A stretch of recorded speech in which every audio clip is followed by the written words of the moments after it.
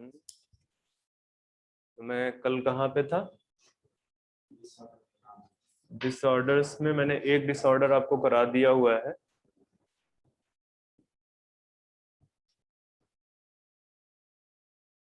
CAD पढ़ा रहा था ना। सीएडी के आगे कंटिन्यू करवाया मैंने आपको कि जो ब्लड वेसल्स हैं, कोरोनरी आर्टरी, वहां पे थिकनिंग हो जाती है, हार्डनिंग हो जाती है, उसकी वजह से उसमें उसका जो वॉल्यूम है, मतलब जैसे ये आपके लिए ब्लड वेसल है, और स्पेशली कौन सी, जो हार्ट को ले जाती है, कोरोनरी आर्टरी। अगर इसका जो ल्यूमेन है वहां पे इस तरह से अगर वो हो जाए, तो ल्यूमेन पहले इतना होता था, बचा इतना। ठीक है, तो जब इतना होगा तो ब्लड फ्लो को रिड्यूस करेगा। ब्लड फ्लो को रिड्यूस होने का मतलब है total volume of the blood भी रिड्यूस होगा। और अगर total volume of the blood reduce हुआ है तो इसका मतलब है वहां पे ऑक्सीजन भी कम पहुंची। अब ऑक्सीजन धीरे धीरे कंटिन्यूअसली ये चलता रहा, लॉन्ग टर्म में क्या होगा कि जो कार्डियक मसल्स है, due to lack of oxygen, वो क्या हो जाएगी, उसकी उस पैच पे, उस पर्टिकुलर जगह पे उसकी मसल्स की डेथ हो जाएगी। ठीक है, मसल सेल की डेथ होगी तो वो पार्ट बेसिकली वहां पे कोई कंडक्शन हो ही नहीं पाएगा, कॉन्ट्रैक्शन कोई होगा नहीं, वो पार्ट ही काम करना बंद कर देगा। ठीक है, तो इस वाली जो कंडीशन है, इसमें सबसे पहला जो साइन आएगा वो चेस्ट पेन होगा। ठीक है, चेस्ट में पेन होगा। और इसके बाद फिर दूसरा जो साइन आएगा वो होगा मायोकार्डियल इन्फेक्शन, मतलब डेथ ऑफ मसल। ठीक है, मायोकार्डियल इन्फ्रैक्शन, तो ये मैंने आपको बता दिया था। मायोकार्डियल इन्फ्रैक्शन को ही क्या बोलते हैं, हार्ट अटैक बोलते हैं। तो ये तक मैंने बता दिया था आपको। फिर दूसरा एक टर्म है हार्ट फेल्योर।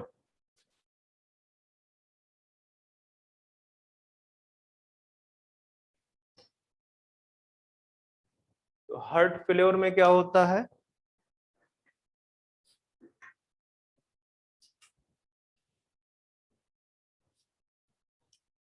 ब्लड पंप करना बंद कर देता है। कंट्रैक्शन मतलब उसका क्या होता है,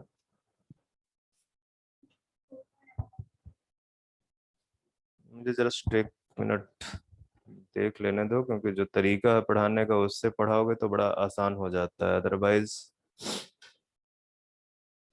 देखो, मुझे हल्का सा कोल्ड हुआ है, कोरोना नहीं है। कैसे पता है? वैसे मैं चेक करा लूं तो मुझे कोरोना पॉजिटिव निकालेंगे, मैं सही बता रहा हूँ। क्या होते? नहीं, वैसा कुछ नहीं है। इस वजह से, क्योंकि जो कोल्ड होती है ना, कोल्ड में आपकी नोज, थ्रॉट और टॉन्सिल्स अफेक्ट होते हैं। अगर आपको टॉन्सिल्स में पेन हो रहा है, दैट मीन्स कि वो कोरोना नहीं है, कॉमन कोल्ड है। और जो आपका कोरोना है वो आपके लंग्स को अफेक्ट करता है, आपको सूखी खांसी आएगी, आपको सांस लेने में दिक्कत आएगी, आपको फीवर हो सकता है। फीवर होगा तो तेज फीवर होगा। वैसे हर एक पर्सन पे सिम्टम्स नहीं है, डिफरेंट है। कई सारे लोगों को पता भी नहीं चलता है कि मुझे कोरोना हुआ है। अब वैसे तो अब पता नहीं, मुझे तो शक ही लग रहा है, सारा नाटक चल रहा है प्राइवेट कॉरपोरेट सेक्टर का। किसी का ऐसे सुनने मिला है कि कोरोना की वजह से हॉस्पिटल के बाहर किसी की डेथ हुई? नहीं सुनने में मिला होगा। हम्म। आज से 1920 या इस, हाँ, 1920 में स्पेनिश फ्लू आया। ठीक है, और स्पेनिश फ्लू में बड़ा तबाही मची, बहुत लोग मरे। बाद में पता चला कि स्पेनिश फ्लू में जो डेथ हुई थी उसका मेन रीजन था, क्योंकि जैसे ही लगता था कि पर्टिकुलर पर्सन को क्या है, स्पेनिश फ्लू है, तो उसको कमरे में बंद कर देते थे, आइसोलेटेड स्टेट पे। ठीक है, अब वो कमरे में इस तरह से बंद है, या हॉस्पिटल में इस तरह से बंद है कि ना तो उसको खुली हवा मिल रही है, ना तो उसको सनसाइन मिल रही है, ना ही उसको जितना न्यूट्रिशन उसको चाहिए उसकी बॉडी को वर्क करने के लिए वो मिल रहा है। ठीक है, और जो डिप्रेशन है, डिप्रेशन तो एक अपने आप में बहुत बड़ा कॉज है। ठीक है, वो डिप्रेशन तो है ही है, तो मतलब जो मर भी नहीं रहा होगा वो भी मर जाएगा। सिंपल सी बात है।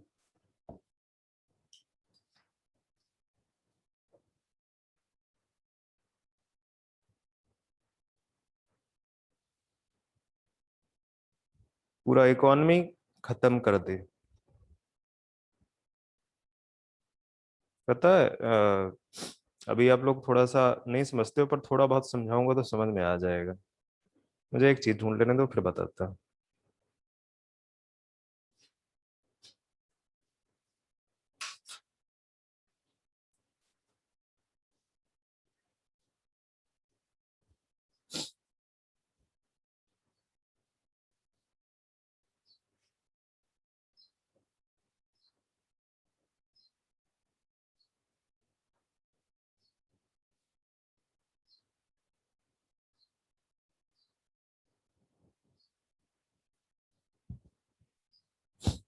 चलो, स्टार्टिंग में जो ये आरटीपीसीआर किट थी ना बनाने वाली कंपनीज, आरटीपीसीआर समझते हो ना, रिवर्स ट्रांसक्रिप्टेज पीसीआर। ठीक है, पीसीआर दो टाइप का होता है, या पीसीआर से पहले बताऊं, जो आपके एम्प्लीफिकेशन ऑफ डीएनए या RNA, amplification of nucleic acid के लिए जो एंजाइम्स है, एक आपका है जैसे टैग पॉलीमरेज। ठीक है, और तो ये टैग क्या करता है, ये डीएनए से डीएनए को कॉपी करवाता है। ठीक है, ये काम करता है। ठीक है, दूसरा है एक आपका रिवर्स ट्रांसक्रिप्टेज। ठीक है, तो ये जो रिवर्स ट्रांसक्रिप्टेज है, ये क्या करता है, आरएनए से डीएनए बनाता है। तो आपको पता है कि जो आरएनए जेनेटिक मटेरियल किसका होता है, वायरसेस का है। हालांकि इसके बहुत सारे यूज हैं। हमको अगर अपने बॉडी में जो सेल्स हैं वहां पे ये पता लगाना हो कि कौन सी प्रोटीन बन रही है, ठीक है, मतलब, तो आप क्या करोगे, आप मैसेंजर आरएनए को देखोगे, मैसेंजर आरएनए को टारगेट करोगे। मतलब कि जैसे आपका पूरा का पूरा जीनोम है, उस जीनोम में कौन सा पार्ट बेसिकली प्रोटीन बना रहा है, वो कैसे पता लगाओगे, तो पहले आप देखोगे कि यहाँ पे एमआरएनए कौन सा पार्ट बना रहा है, जो एमआरएनए बनाएगा वो प्रोटीन बनाएगा। ठीक है, तो उसके लिए भी यूज होता है बेसिकली रिसर्च पर्पज से। और इसके अलावा जो है क्या कहते हैं, ये जो रिवर्स ट्रांसक्रिप्टेज है, वायरसेस की अगर आपको पता लगाना हो कि कोई डिजीज वायरस से हुई है या आरएनए वायरस से हुई है, तो उसके लिए भी यूज होता है रिवर्स ट्रांसक्रिप्टेज। तो अभी रिसेंट में 2007 या 2010 के बाद से रिवर्स ट्रांसक्रिप्टेज बनाने वाली कंपनियों की भीड़ आ गई। ठीक है, इसको बनाने वाली कंपनियों की भीड़ आ गई। अब क्या है कि जो इसकी किट जो है, जो पहले 50 रिएक्शन की करीब करीब 25,000 के आसपास थी, उसका रेट गिर के इवन तुम ये बोल सकते हो कि 200 रिएक्शन की किट, ये 50 रिएक्शन की थी, मतलब 50 रिएक्शन करा सकते, 200 रिएक्शन की किट आपको जो है ना 7-8 हजार पे मिल जाएगी। ये हो गई। और इसके अलावा भी सारी जितनी भी कंपनी ये थी जो है रिसर्च पर्पज में इन्वॉल्व थी, वो सब रिवर्स ट्रांसक्रिप्टेज बनाने लगी और उसकी कीमत बहुत रिड्यूस हो गई। अब बड़ी कंपनी जो है उसको अपने को कहाँ पे रखना है, मार्केट में बनाए रखना है, तो वो करेगा क्या, कि उसको तो चाहिए था कि इसको संभाऊ, इसकी इसकी सप्लाई जो है ज्यादा हो जाए। ठीक है, और आपका जो कोरोना वायरस है वो आरएनए वायरस है।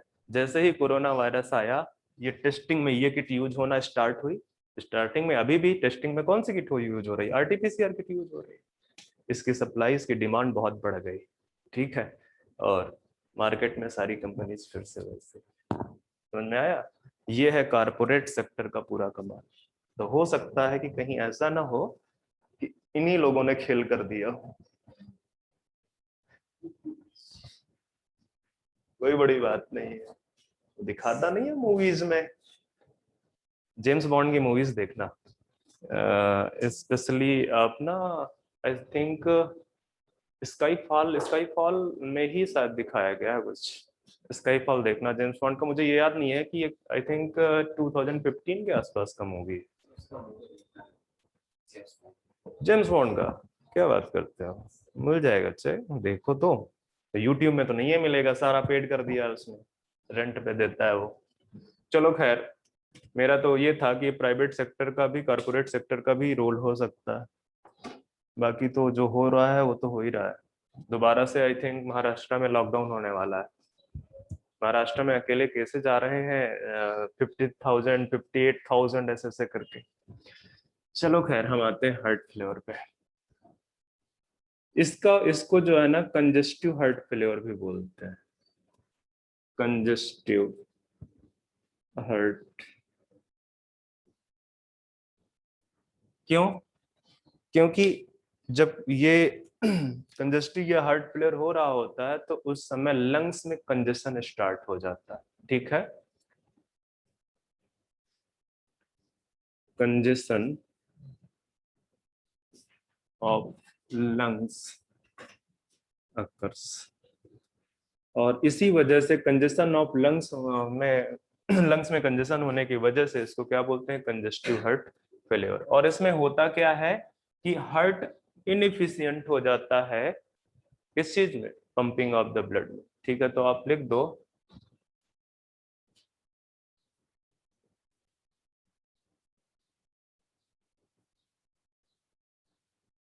inefficient to pump enough blood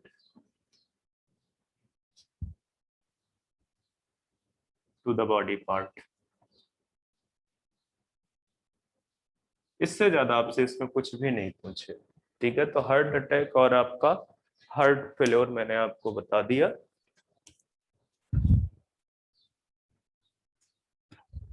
अब एक और लिखते हैं, कार्डियक अरेस्ट।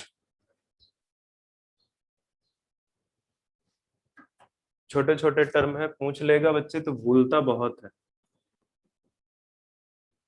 कार्डियक अरेस्ट ये है स्टॉपिंग ऑफ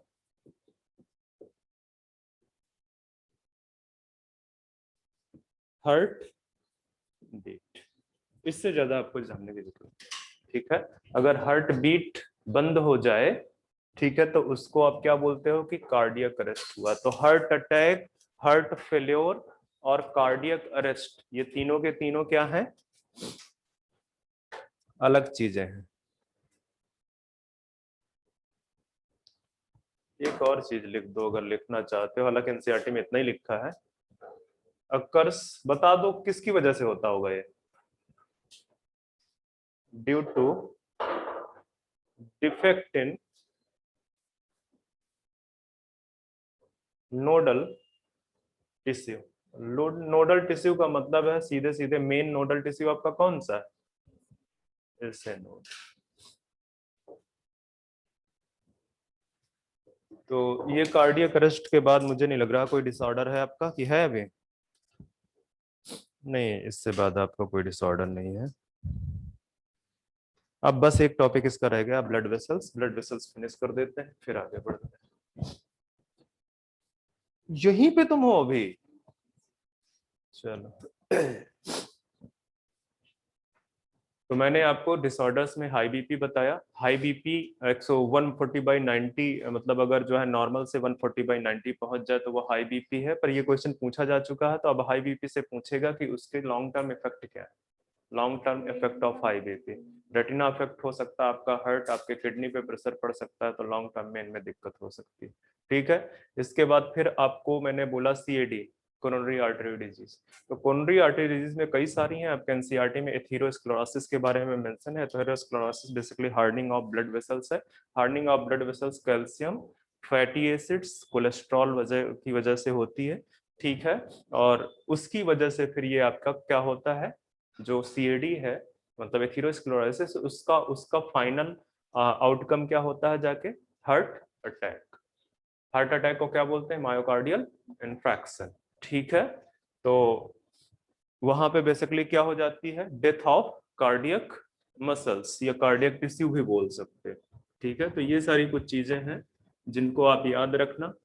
जो कार्डियक जो है अरेस्ट है वो बेसिकली हार्ट बीट से रिलेटेड है, कि अगर हार्ट बीट स्टॉप कर जाए तो उसको कार्डियक आप अरेस्ट बोलोगे। हार्ट और क्या रह गया, हार्ट फेलियर। तो हार्ट फेलियर में बेसिकली क्या है कि हार्ट आपका इफिशिएंट ब्लड सप्लाई नहीं कर पाता बॉडी पार्ट्स को, पंपिंग ऑफ जो है बॉडी ब्लड सप्लाई में दिक्कत है। और उसका एक मेन सिम्टम है आपका क्या, कंजेशन ऑफ लंग्स। और कंजेशन ऑफ लंग्स की वजह से उसको कंजेस्टिव हार्ट क्या बोल रहा था, हार्ट फेलियर। हाँ, अब आते हैं हम, आपको याद होगा जब मैं आपको ह्यूमन सर्कुलेटरी सिस्टम लिखा रहा था तो मैंने बोला था कि इसके तीन कंपोनेंट है। एक है जो पंपिंग ऑर्गन है जिसको आप हार्ट बोल रहे हो, दूसरा है आपका ब्लड वेसल्स, और तीसरा है आपका बॉडी फ्लूइड। तो ब्लड वेसल्स ही बचे हैं, बाकी मैंने सारे खत्म कर दिए। ब्लड वेसल्स आपके तीन टाइप के हैं, ठीक है, जिसमें से एक आपकी है आर्टरी, दूसरी है आपकी वेन, तीसरी है आपकी कैपिलरीज। इन तीनों के स्ट्रक्चर पहले यहाँ पर डिस्कस कर लेते हैं। ठीक है, मैं आपको पहले ही बता दूं कि ये जो ब्लड वेसल्स हैं, इन ब्लड वेसल्स में तीन टाइप की लेयर्स या तीन टाइप के टिश्यूज प्रेजेंट हो सकते हैं। ठीक है, मैं बोल रहा हूँ हो सकते हैं, जरूरी नहीं है कि तीनों के तीनों प्रेजेंट हो। ठीक है, जो सबसे बाहर की तरफ लेयर प्रेजेंट होती है उसको बोलते हैं ट्यूनिका एक्सटर्ना, एक्सटर्ना। इसके बाद जो मिड में प्रेजेंट होती है उसको बोलते हैं ट्यूनिका मीडिया, और जो सबसे अंदर प्रेजेंट होती है उसको बोलते हैं ट्यूनिका इंटरना, इंटरना। तो ये तीन लेयर हो सकती है।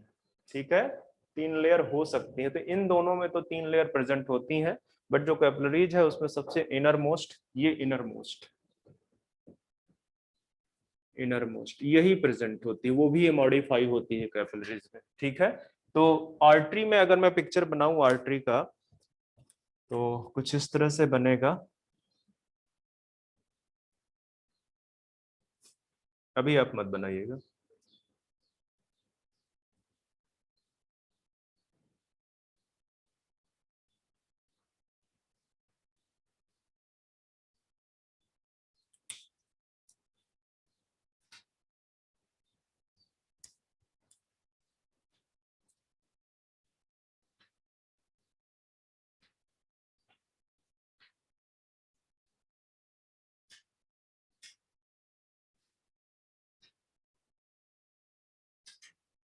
अब बना सकते।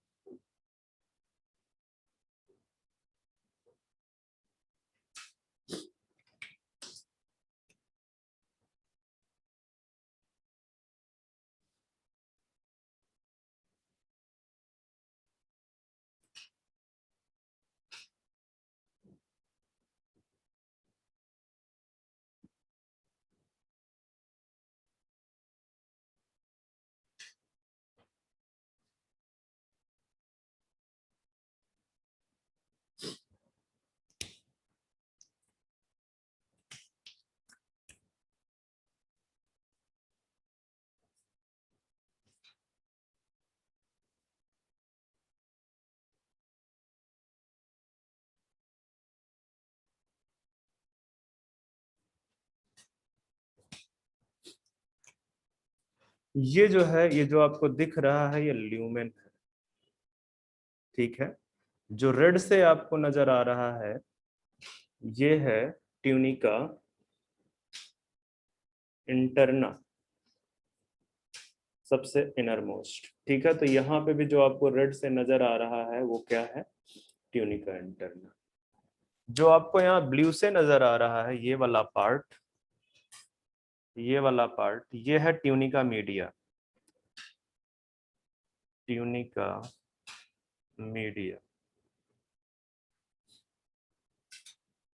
और जो ब्लैक से बाहर की तरफ नजर आ रहा है ये स्ट्रक्चर, ये है ट्यूनिका एक्सटर्ना, ये ट्यूनिका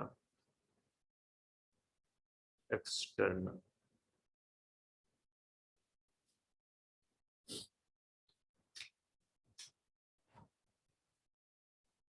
अब देखो यहाँ पे ल्यूमेन, देखो दोनों का ल्यूमेन, आर्टरी का ल्यूमेन बहुत छोटा है और जो वेन का ल्यूमेन है वो बड़ा।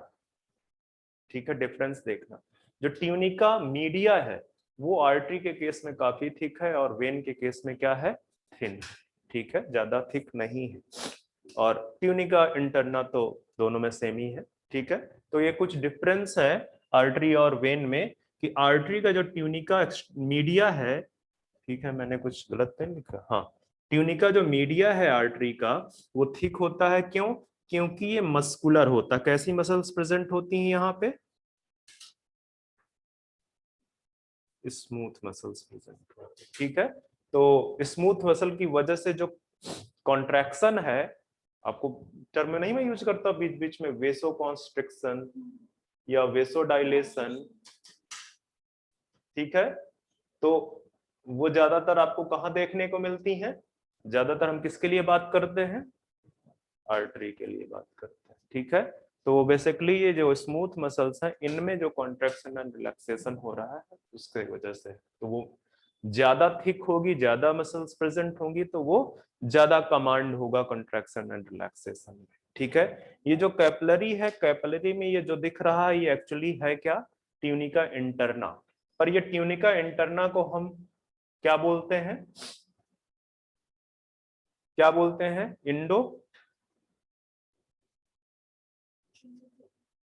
इंडोथीलियम। अब अगर एंडोथीलियम को थोड़ा सा और डिटेल स्ट्रक्चर में यहाँ पे दिखा दूं इसको थोड़ा सा, तो आपको इस तरह से देखने को मिलेगा। जैसे ये तो आपका टीएस है, मैं आपको क्या दिखा दूं यहाँ पे? एलएस। तो आपको कुछ इस तरह से स्ट्रक्चर नजर आएगा। ठीक है,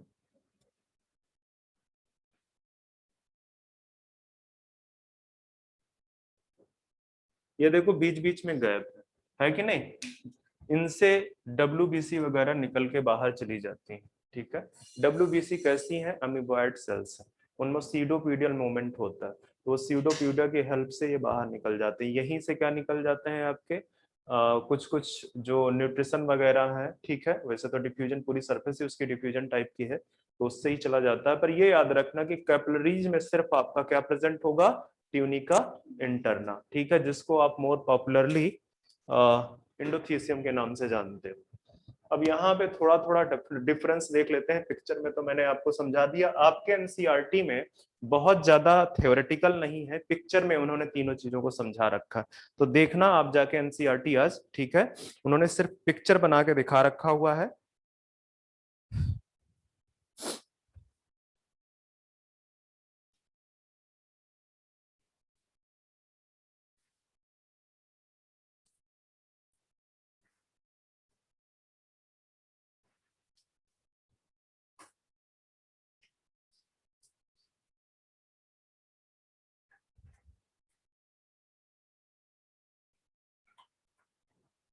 चलो कुछ कुछ डिफरेंसेस लिखो जरा सा।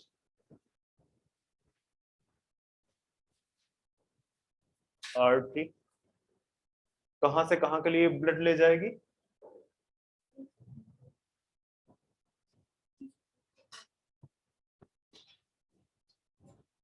जनरली, जनरली नहीं, क्या बोलोगे? Transport blood from heart to body tissue. इसका उल्टा ये हो जाएगा, ये कहां से ले आएगी? Body tissue to, body tissue to heart. मतलब कि वेन्स जो है ना टुवर्ड्स हार्ट की तरफ जो है ब्लड को ले जाती हैं, और इसका कोई एक्सेप्शन नहीं है, इसका कोई एक्सेप्शन नहीं है। ठीक है, अगर मैं आपसे कैपिलरी की बात करूं तो कैपिलरी क्या करती हैं? कैपिलरीज क्या करती हैं? Supply blood to body tissue. ठीक है, बॉडी टिश्यू। जनरली मैं देखो एक स्ट्रिक्ट नहीं लिख रहा हूं कि आर्टरी में कौन सा ब्लड ट्रेवल करता है? Oxygenated blood. ठीक है, oxygenated blood travels in artery. और आपका यहाँ पे जनरली डीऑक्सीजनेटेड ब्लड प्रेजेंट होता है, डीऑक्सीजनेटेड ब्लड। ठीक है, अब इसमें ये छोड़ दो, इसमें क्यों छोड़ने के लिए बात कर रहा हूँ, क्योंकि एक एंड से इनके ऑक्सीजनेटेड ब्लड एंटर करता है, ऐसे स्ट्रक्चर नहीं होता है। ठीक है, इस तरह से। और यहाँ पे बेसिकली आपका, ठीक है, वो आपकी इस तरह से बाइफरकेशन प्रेजेंट होगा। ठीक है, तो इस एंड से basically oxygenated blood body tissue में चला जाएगा और यहाँ से क्या होगा, यहाँ से जब वो वेन्यूल्स में बनने वाली होंगी तो वहां पे क्या आ जाएगा, डीऑक्सीजनेटेड ब्लड वगैरह एंटर कर जाएगा। तो कोई इस तरह से लिखना वो ठीक नहीं है। ठीक है, देखो जो आर्टरी होती है, आर्टरी में पंपिंग मशीन लगी हुई है एक तरफ, कहाँ पे, हार्ट, हार्ट जो है आपका ब्लड पंप कर रहा है कहाँ पे, आर्टरी में। ठीक है, तो यहाँ पे कोई वॉल्व्स प्रेजेंट नहीं होता है, नो वॉल्व्स। इसके अंदर जो है, इसके अंदर कोई वॉल्व प्रेजेंट नहीं होता आर्टरी। ठीक है, क्योंकि उसको बैक फ्लो की जरूरत नहीं है, उसको पंप करने वाला कोई है। वॉल्व तो तब प्रेजेंट होता है जब बैक फ्लो ऑफ ब्लड। ठीक है, पर जो वेन्स है वहां पे तो कोई नहीं प्रेजेंट है। ठीक है, कोई पंपिंग ऑर्गन नहीं प्रेजेंट है। तो ये बेसिकली क्या करेगा, यहाँ पे वॉल्व्स लग जो है प्रेजेंट हो जाएंगे। और ये वॉल्व्स क्या करेंगे बताओ,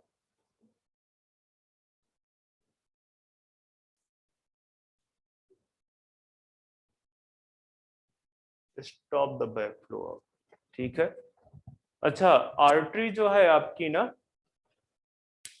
डीप सिचुएटेड होती है, मतलब बॉडी में आर्टरी बहुत नीचे टिश्यू में प्रेजेंट होती है, और वेन्स आपका ऊपर की तरफ प्रेजेंट होती है। आप अपना हाथ देखो, किसके हाथ में आपको कुछ ब्लूस कलर की या ग्रीनिश कलर की वेसल्स नजर आ रही हैं?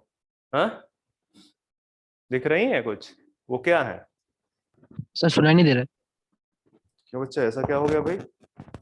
हेलो, हाँ सर, सुनाई दे रहा है। सुना बच्चे, तुम्हारा फिर इंटरनेट प्रॉब्लम कर रहा होगा। तो आपका जो है क्या कहते हैं, लिख दो जरा सा, आर्टरी आपकी डीपली सिचुएटेड है बॉडी में। ठीक है, डीपली।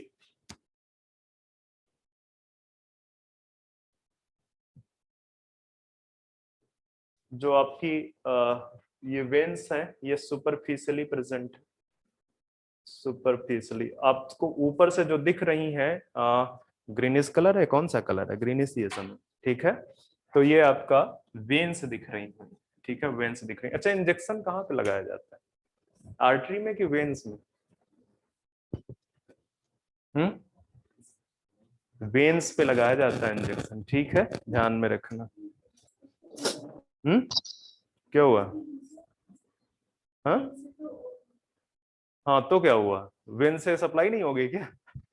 अरे आर्टरी में प्रेशर होता है, आर्टरी में पंपिंग ऑर्गन कंटिन्यूअसली क्या कर रहा है, प्रेशर डाल रहा है, तो वहां पे नहीं लगाया जाता, वो प्रॉब्लम करेगा। ठीक है, वो आपके जो ब्लड प्रेशर है उसको प्रॉब्लम कर देगा जाके। ठीक है, क्योंकि आप भी तो जब इंजेक्शन देते हो तो आप एक्स्ट्रा प्रेशर नहीं डालते हो। ठीक है, तो वो इस वजह से वेन्स पे लगाया जाता है।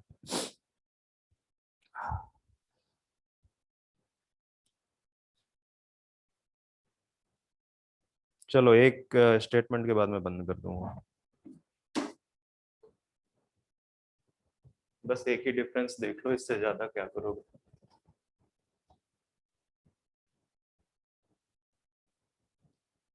आर्टरी की तरफ लिख दो आप कि दो चीजें लिख के चलना साथ साथ, कि इनका जो ट्यूनिका मीडिया है, ये बच्चा ट्यूनिका मीडिया के रिस्पेक्ट में ना ही बात करो, आप लिख दो सीधे सीधे कि ये आपकी है थिकेस्ट है, सीधे सीधे इतना ही लिखो, थिकेस्ट है and small lumen, small lumen.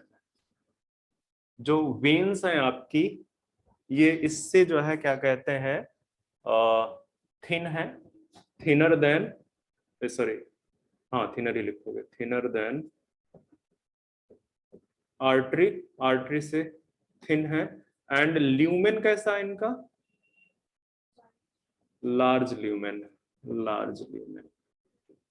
ये सबसे इंपॉर्टेंट पॉइंट मैं लिखा रहा हूं अभी तक जितने लिखाया है। ठीक है, और ये आपकी जो कैपिलरीज हैं वो क्या है, थिनेस्ट।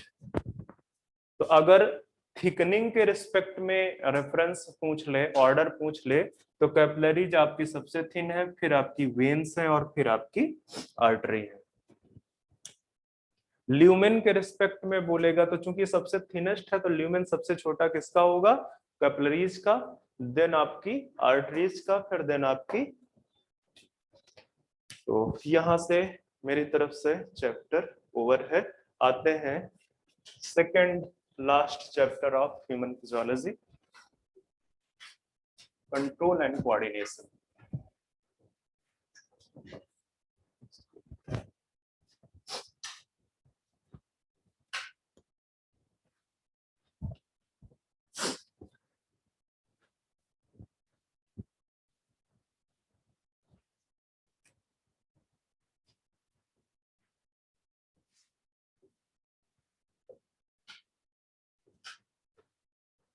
Control and coordination.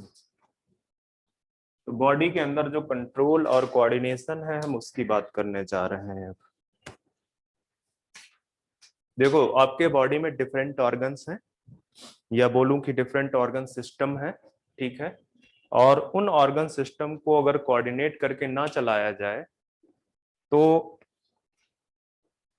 दिक्कत हो जाएगा, आपका बॉडी काम करेगा ही नहीं, ठीक है, काम करेगा ही नहीं। जैसे आप सोचो, एनसीईआरटी में आपके एक एग्जाम्पल दिया है कि जब आप एक एक्सरसाइज करते हो, ठीक है, जब आप एक्सरसाइज करते हो तो उसके दौरान जो है आपकी जो मसल सेल्स हैं वो खूब काम करती हैं, ठीक है, मसल्स आपकी खूब काम करती हैं।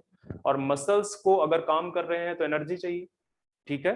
और अगर मसल्स को एनर्जी चाहिए तो वो कहाँ से एनर्जी आएगी, वो आपका रेस्पिरेटरी सिस्टम से आएगा, ठीक है। और रेस्पिरेटरी सिस्टम को क्या चाहिए, उसको चाहिए ऑक्सीजन, ठीक है।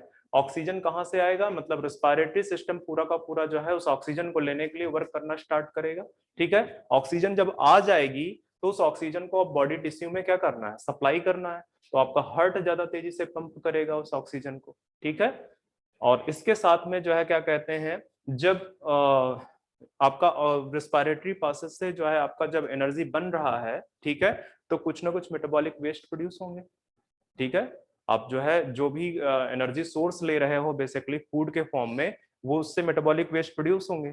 और वो मेटाबॉलिक वेस्ट को क्या करना पड़ेगा, रिमूव करना पड़ेगा। रिमूव करने का काम कौन करेगा, किडनी करेगा, मतलब किडनी का फंक्शन फास्ट हो जाएगा। तो कहीं ऐसा हो कि मसल्स काम करना स्टार्ट कर दें और उसको ऑक्सीजन सफिशिएंट ना मिले, आपका रेस्पिरेटरी सिस्टम काम ना करे उसके अकॉर्डिंग, ठीक है, तो क्या हो जाएगा, राम नाम सत्य हो जाएगा, ठीक है। तो इसके लिए बॉडी में जरूरत क्या है, कंट्रोल एंड कोऑर्डिनेशन की।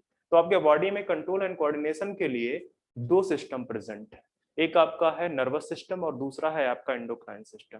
इन दोनों सिस्टम को मिला के, नर्वस सिस्टम और एंडोक्राइन सिस्टम को मिला के हम बोलते हैं इंटीग्रेशन सिस्टम, ठीक है।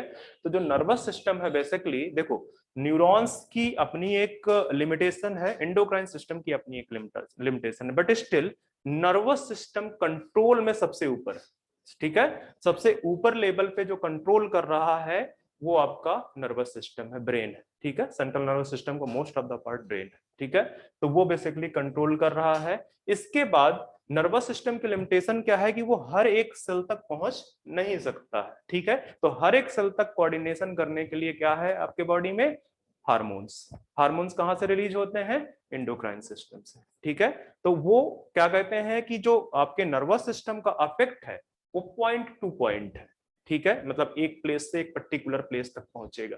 पर जो आपका हार्मोन्स का इफेक्ट है वो वाइड स्प्रेड है। वाइड स्प्रेड का मतलब कि ब्लड के थ्रू जब चलेगा तो जहां जहां पहुंचेगा उस हार्मोन का इफेक्ट वहां वहां पे होंगे, ठीक है। बस ऐसा नहीं है कि हर जगह अफेक्ट कर देगा, उसके लिए रिसेप्टर प्रेजेंट होने चाहिए। मतलब कि अगर कोई टिश्यू है जहां पे रिसेप्टर्स प्रेजेंट है तो वो हर सेल को एंगेज कर लेगा, उसका इफेक्ट क्या करेगा, हर सेल को एंगेज कर लेगा, इसलिए उसको क्या बोलते हैं कि इसका इफेक्ट वाइड स्प्रेड है।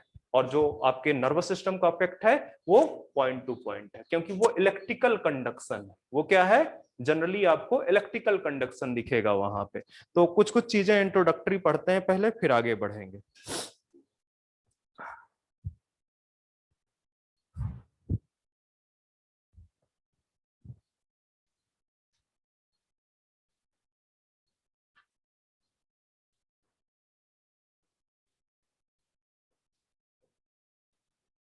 कुछ डेफिनेशन पढ़ते हैं बच्चे सबसे पहले। एक तो पहले लिखो homeostasis. Homeostasis,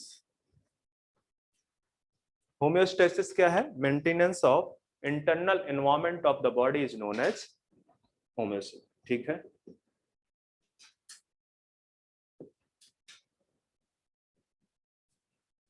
maintenance of internal environment. बच्चे इंटरनल एनवायरनमेंट में वैसे तो कई सारी चीजें आती हैं, पर दो चीजों पे मेन फोकस रहता है। किस पे? Osmoregulation and thermoregulation of the body is known as homeostasis. दूसरा है coordination.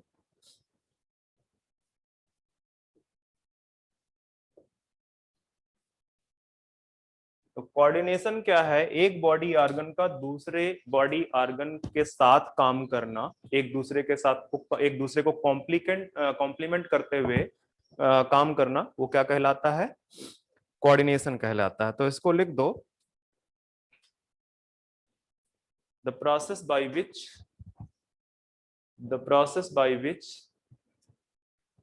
two or more organ, the process by which two or more organ interact and complement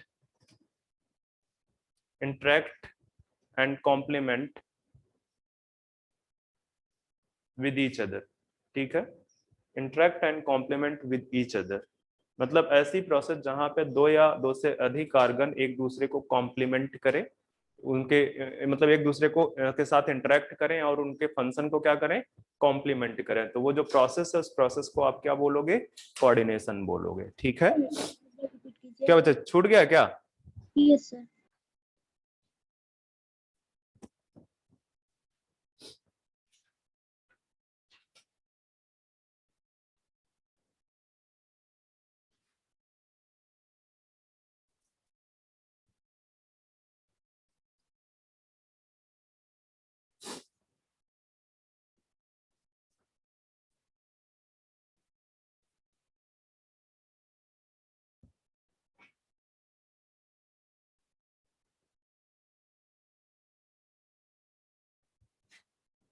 each other known as coordination, आते हैं जरा सा देखते हैं कि जो नर्वस सिस्टम है प्लस एंडोक्राइन सिस्टम, इन दोनों को मिला के बोलते हैं हम इंटीग्रेशन सिस्टम। ठीक है, ये दोनों क्या करते हैं? ये दोनों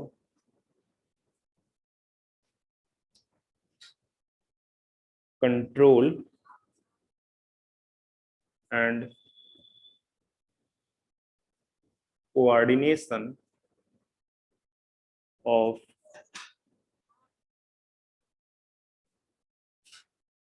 different function of the body, different function of the body। जो बॉडी के डिफरेंट फंक्शंस हैं उनको क्या कर रहे हैं? दोनों के दोनों कंट्रोल एंड कोऑर्डिनेट कर रहे हैं। ठीक है, या आप इसको इनडायरेक्टली क्या बोल सकते हो? बताओ, लिखा हुआ है टर्म वहां पे, क्या बोल सकते हैं? ये क्या कर रहे हैं?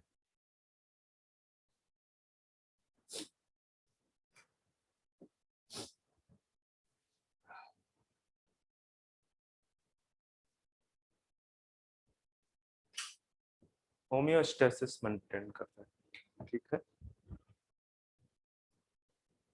Control coordination.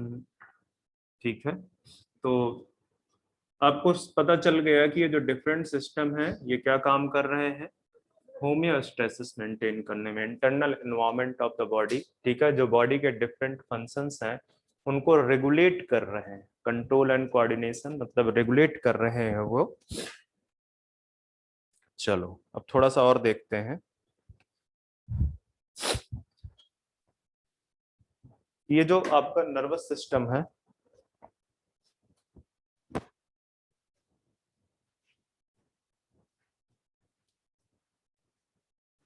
टाइम कितना हुआ बच्चे? हो गया 12। तो ये जो नर्वस सिस्टम है ये किसके थ्रू अपना कंट्रोल करता है बच्चे?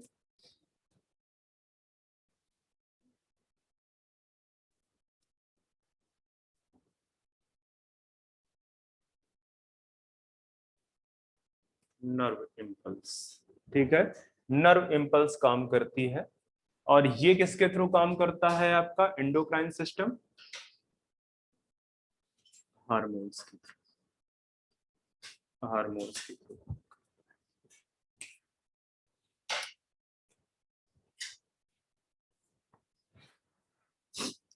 तो नर्व्स जो है, नर्वस सिस्टम, आपका नर्वस सिस्टम यहाँ पे लिख दो, ये पॉइंट टू पॉइंट काम करता है। ठीक है, पॉइंट, इसका जो इंटरेक्शन है वो पॉइंट टू पॉइंट, मतलब जहां से जहां तक न्यूरॉन्स फैली होगी, जहां से स्टार्ट हुई है जहां से फिनिश हो रही है वो वहीं पे काम करेगा।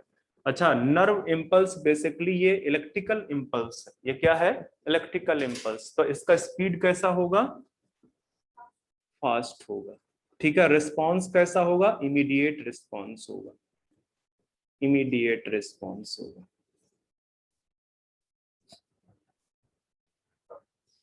हार्मोन्स के लिए मैं अगर बात करूं तो ये हार्मोन्स किसके थ्रू ट्रेवल करता है? Transport through blood.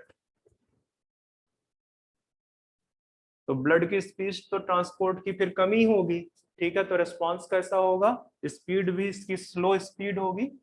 ठीक है, और स्लो रिस्पॉन्स होगा, रिस्पॉन्स, स्लो रिस्पॉन्स होगा इसका। और एक और चीज लिखना है, जैसे यहाँ पे मैंने पॉइंट टू पॉइंट अटैचमेंट लिखा है, तो यहाँ पे इसका अफेक्ट कैसा बचे? Wide spread. ठीक है, वाइड स्प्रेड। तो अगर आपसे ये बोल दे कहीं कि लोकल, लोकल अफेक्ट कौन सो करता है, तो वो आपका हार्मोन्स हो जाएगा। ठीक है, ये स्पेसिफिक होगा एक पॉइंट से दूसरे पॉइंट के लिए।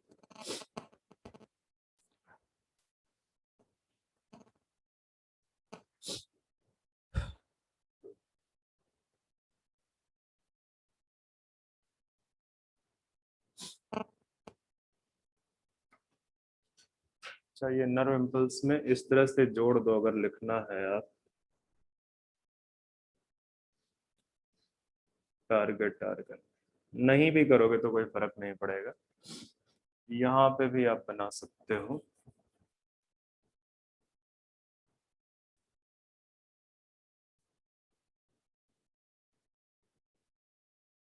टारगेट टारगेट, क्योंकि मैंने अलग से लिखा ही दिया था किसके थ्रू ट्रेवल कर रहे हैं, वो ब्लड के थ्रू ट्रेवल कर रहा है। और ये आपका इम्पल्स है, नर्व इम्पल्स है बेसिकली।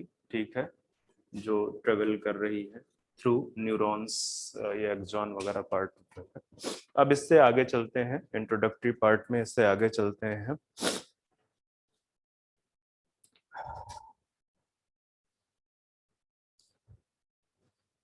मुझे थोड़ा रेस्ट दो, मैं थोड़ा थकान फील कर रहा हूँ।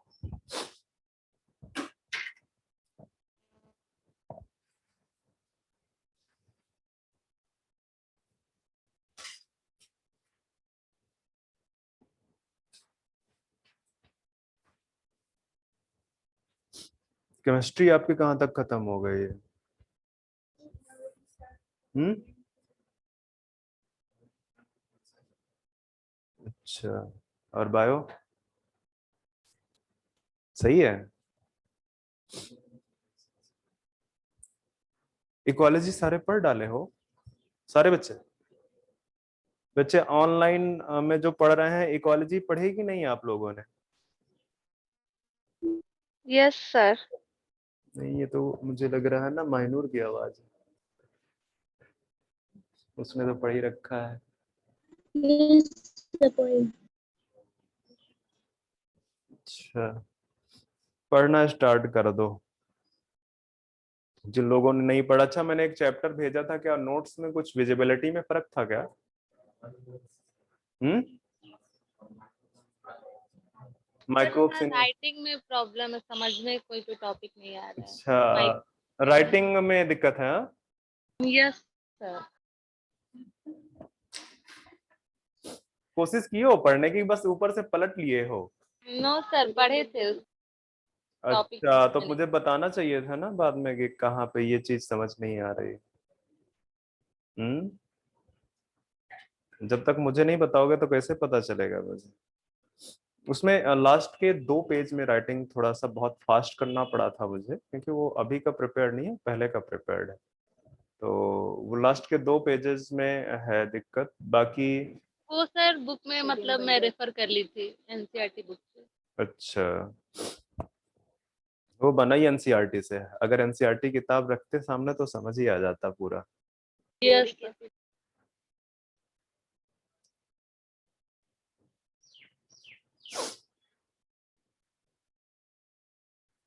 चलो, नर्वस टिश्यू स्टार्ट करते हैं,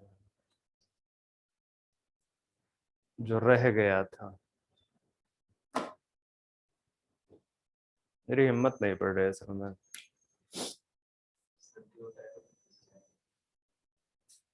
नहीं, सर्दी उतना भी नहीं है, बट थोड़ा एनर्जी लेवल तो वीक है। चॉकलेट। चॉकलेट खाने बच्चे वो खाते हैं चॉकलेट। हम्म, नहीं नहीं नहीं नहीं, चॉकलेट मैं नहीं खाता। अजीब नहीं लगता चॉकलेट? वैसे कौन सी चॉकलेट पसंद है, एक तरफ से बताओ मुझे, कौन सी? अच्छा, डेयरी मिल्क। मैं एक्सपेक्ट ही कर रहा था डेयरी मिल्क। नहीं खाते? गुड। हम्म, डेयरी मिल्क। अच्छा, डेयरी मिल्क में ना चॉकलेट बहुत ज्यादा रहता है, और मुझे ना बिल्कुल अच्छा नहीं लगता डेयरी मिल्क। मुझे मंच अच्छा लगता है। हम्म, किटकैट में भी ज्यादा है। किटकैट में भी ज्यादा है, मतलब जिनको अच्छा अच्छा लगता हो तो डेयरी मिल्क भी अच्छा लगेगा, क्योंकि सही पूछो तो डेयरी मिल्क बहुत पॉपुलर चॉकलेट है, स्पेशली चिल्ड्रंस के बीच में। हाँ, चिल्ड्रंस को तो बहुत पसंद है डेयरी मिल्क। मुझे याद है हम लोग ना एक बार अपने सीनियर्स के साथ में गए, मैम लोग के साथ में गए कहीं खाने पीने के लिए, और वो बेकरी थी, और बेकरी के साथ में चॉकलेट की शॉप थी, उसमें बहुत बड़ी चॉकलेट का कलेक्शन था। तो मेरा एक जो क्लासमेट था वो बोला, मैम आज तो हम ये वाला डेयरी मिल्क खाएंगे। आई थिंक वो कितने का था at that time, I think 200 something का था वो। बड़ा सा पीस था वो पूरा। फिर उनको खरीदवाना पड़ा, ना तो कर नहीं सकते थे। तो बट कोई खास टेस्ट नहीं आया। मेरा वो क्लासमेट होता था, उसका होता था कि किसी तरह से सीनियर्स को परेशान करना। वो पार्टी में ले जाएं तो ढेर सारा ऑर्डर कर लो। ढेर सारा चीजें ऑर्डर कर लो, ताकि बिल जब आए तो सीनियर्स को दिक्कत हो। क्योंकि रियलिटी तो ये थी ना कि भाई अर्निंग तो उनकी थी नहीं, पैसा तो पेरेंट्स के पास से आ रहा है, तो भाई अर्निंग होती है तो कोई दिक्कत नहीं होती है खर्च करने में, बट उसको मजा आता था। एक बार तो क्या हुआ ना, हमारे एक टीचर्स पार्टी पे बुला के लेके गए, तो खूब सारा ऑर्डर किया गया, खूब सारा ऑर्डर किया गया कि आज तो चेहरा देखेंगे हम टीचर का कैसा है।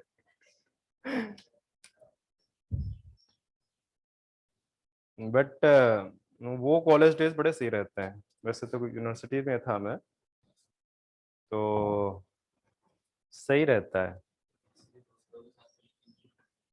हम्म,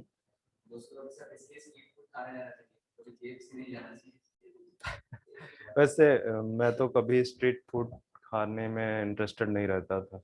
मेरे दोस्त बाकी सारे जाते थे स्ट्रीट फूड खाने, क्योंकि ज्यादातर स्टूडेंट्स का पसंदीदा है स्ट्रीट फूड खाना। और मुझे ना स्ट्रीट फूड खाने में बड़ा मतलब अनहाइजेनिक सा फील होता रहा। मैं अजीब होता था, लोग पहुंच जरूर जाते थे, वहीं पे खा रहे हैं भेड़ बकरियों की तरह।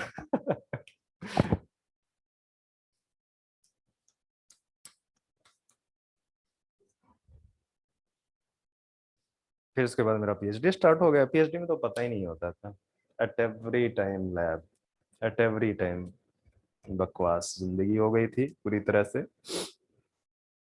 बस ये है कि चाय पीने जरूर हम निकल जाते थे। अंदर यूनिवर्सिटीज के बहुत सारे शॉप थे, तो दोस्तों के साथ निकल जाओ चाय पीने के लिए, एक हाफ एन आवर्स के लिए। गप्पे मारो, वहां बैठ के चाय कौन पीता था, गप्पे मारना तो मेन चीज होता था ना। हाँ, गप्पे मारो वापस चले आओ फिर से। बाकी सुपरवाइजर का तो चेहरा देखना ही है फिर। हम्म। उसको बिल्कुल पसंद नहीं आता था, किसी भी सुपरवाइजर को ये पसंद नहीं आता है कि मेरा स्टूडेंट बाकी स्टूडेंट के साथ में चाय पीने या मजे करे। उसके मजे करना सुपरवाइजर का जो मेंटल स्टेटस था इनवर्सली प्रोपोर्शनल होता था। ज्यादातर सुपरवाइजर का ऐसे ही होता है, मतलब स्टूडेंट खुश है तो सुपरवाइजर दुखी हो जाएगा, तो वो चाहेगा कि मैं अब सामने वाले को दुखी कर दूं। उसको काम बता दो, काम बताने का टाइम कब होता है, 5 बजे शाम में, जब वापस जाने का टाइम होता है। 5 बजे ये एक्सपेरिमेंट लगा दो, इसमें तो कम ही टाइम लगेगा लगाते लगाते। चल बड़ा एक्सपेरिमेंट। बट स्टिल मतलब कॉलेज के बाद की लाइफ फिर काफी चेंज हो जाती है। मैं बहुत दिनों तक मेरे दिमाग से यूनिवर्सिटी हटता ही नहीं था, क्योंकि बहुत लंबा ड्यूरेशन हो गया था मेरा एमएससी और मेरा पीएचडी सब एक ही जगह से था। तो बहुत लंबे टाइम में हॉस्टल में रहा, और इस वजह से मुझे आदत पड़ गई थी। मतलब मुझे ऐसा लगने लगा था कि मेरा घर वही है। हाँ। हाँ, तो उसके बाद फिर मैं निकल के आया तो मुझे काफी, यहाँ पे भी मैं आया तो यहाँ का तो स्टार्ट सिनेरियो डिफरेंट था। यहाँ मतलब सुबह आ जाओ, फिर दिन भर यहाँ पे हो, रात में गए, पहुंचते पहुंचते और रात हो गया, क्योंकि मुझे कोलकाता का कोई आइडिया नहीं था। तो समझ नहीं आता था कि किधर से जाना है जिसकी तरफ से कम वो हो। और स्टार्टिंग में आया तो ये ना रूम, अभी तो पता नहीं, अच्छा आप लोग वहां पे थे ना, ये रूम भी ऐसे ही दिखाते हैं बकवास से। मतलब इनका जो वो है जिसके डीलर्स के थ्रू ये कनेक्ट करते हैं ना रूम को, मतलब बकवास से रूम दिखाते हैं। दो कौड़ी के रूम फालतू के। स्टार्टिंग में तो मैं आया तो मैं तो 2 दिन बाद वापस होने वाला था यहाँ से, कि मेरे से नहीं हो पाएगा यहाँ, मैं वापस हो जाऊंगा। क्योंकि एक तो यहाँ पे खाने का स्टेटस बहुत दिक्कत वाला था, मैं ठहरा वेजिटेरियन, और यहाँ वेजिटेरियन समझ ही नहीं आया कि कहाँ मिल रहा है। फिर एक होटल मिला मुझे जो वेजिटेरियन था, फिर मैं कुछ दिन तक खाता रहा, पर रेस्टोरेंट का खाना कब तक खाओगे आप। फिर मैं खुद से कुकिंग करने लगा, मैंने काफी दिन खुद से कुकिंग की, क्योंकि मुझे समझ ही नहीं आता था कि कैसे सारी चीजें अरेंज की जाए। फिर अभी इस बार लौट के आए हम लॉकडाउन के बाद, तो हमने सोचा कि नहीं नहीं कंबाइन रहते हैं तो इजी हो जाएगा, कंबाइन सारी कोऑर्डिनेट करने में चीजों को। तो हम फिर न्यू टाइम शिफ्ट हो गए उधर। अब सही है वहाँ पे, आराम से चीज स्मूथ जा रही है, बट स्टिल मैं अपनी यूनिवर्सिटी को मिस कर रहा हूँ। हाँ, मैं अपनी यूनिवर्सिटी को बहुत मिस करता हूँ। कितने टाइम हो गए थे, किसी को भी डांट दो कोई फर्क नहीं पड़ता था, क्योंकि मैं, मेरा पीएचडी का ड्यूरेशन बहुत खींचा। नॉर्मली पीएचडी 5 साल में हो जाता है, मेरा खींचा 8 इयर्स ले गया, लॉन्ग 8 इयर्स। अब मैं सबसे सीनियर हो गया था उधर की तरफ, तो किसी को भी डांट दो कोई फर्क नहीं पड़ता है, आराम से चीजें। नहीं, मुझे टीचर्स को नहीं डांटना, अपने जूनियर्स वगैरह की बात कर रहा हूँ मैं। बड़ा सारा जान पहचान हो गई थी, मतलब अगर आप कहीं चल रहे हो तो आपको ये नहीं फील आएगा कहीं पे कि ये अनजानी जगह है। पूरा यूनिवर्सिटी का जो कैंपस है, कहीं पे भी घूम लो, आपको हर 2 मिनट के बाद कोई मिल जाएगा, हर 2 मिनट के बाद कोई मिल जाएगा। जैसे हम लोग मतलब most of the festival season में चले जाते थे, दीपावली में वो घर चले गए, मैं नहीं जाता होता था क्योंकि दूर था, अगर 1000 किलोमीटर था मेरा। तो पर लोग होते थे आराम से, कभी एहसास ही नहीं हुआ। मैं एक बार 1.5 साल घर नहीं गया कंटिन्यूअसली। मेरा रिसर्च वर्क अपने उस पे था, एंडिंग पॉइंट पे था, तो मुझे था कि समहाउ इसको फिनिश करना है, और मैं 1.5 साल घर नहीं गया, पर मुझे एहसास नहीं हुआ उस दौरान।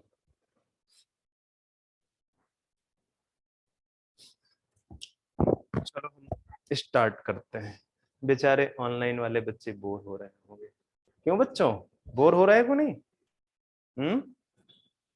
नहीं सर। अच्छा, एंजॉय कर रहे हो? चलो हम स्टार्ट करते हैं बच्चे। अभी टाइम हमारे पास कितना है? 8:15, 23 मिनट है, तो हम नर्वस टिश्यू खत्म करते हैं।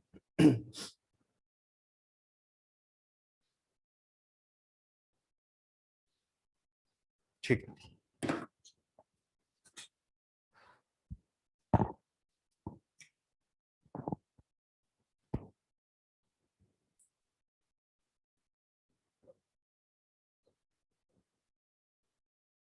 तो नर्वस टिश्यू ये पार्ट मैंने आपको कहाँ पे छुड़वा दिया था? स्ट्रक्चरल ऑर्गेनाइजेशन ऑफ एनिमल्स में छुड़वा दिया था। ठीक है, तो आप यहाँ पे लिख सकते हो कि nervous tissue is made up of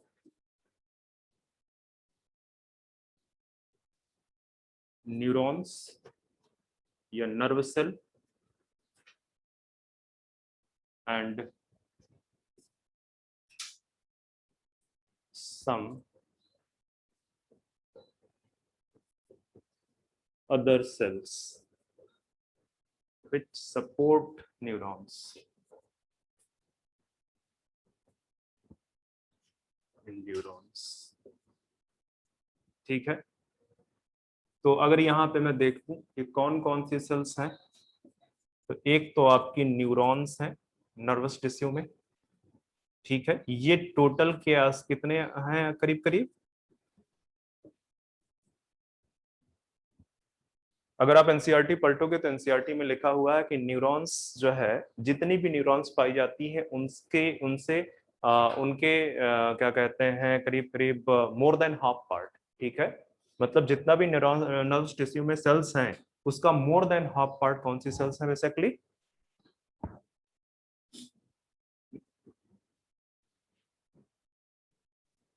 neuroglial cells. बच्चे बहुत सारे टाइप के सेल्स हैं, ग्लायल ही लिख रहा हूं, न्यूरोग्लायल सेल्स। ठीक है, और इस न्यूरोग्लायल सेल्स को आप डिवाइड कर सकते हो, 3-4 टाइप की सेल्स हैं, वो भी मैं यहाँ पे लिखा देता हूँ, फिर हम आएंगे न्यूरॉन्स पे वापस। तो मतलब अगर आपसे कभी आता है क्वेश्चन कि न्यूरॉन्स या जो नर्वस टिश्यू है, nervous tissue is made up of, तो अकेले न्यूरॉन्स नहीं हैं, उसमें कुछ सेल्स हैं जो न्यूरॉन्स को सपोर्ट करती हैं फॉर न्यूट्रिएंट्स, फॉर जो है प्रोटेक्शन। ठीक है, तो वो सेल्स बेसिकली न्यूरॉन्स की कंपेयर में ज्यादा प्रेजेंट है। ठीक है, न्यूरॉन से उनका नंबर क्या है? ज्यादा है। ठीक है, तो ये जो न्यूरोग्लायल सेल्स है आप उसके नीचे ही बना लो। इसमें कौन कौन सी सेल्स हैं? Astrocytes,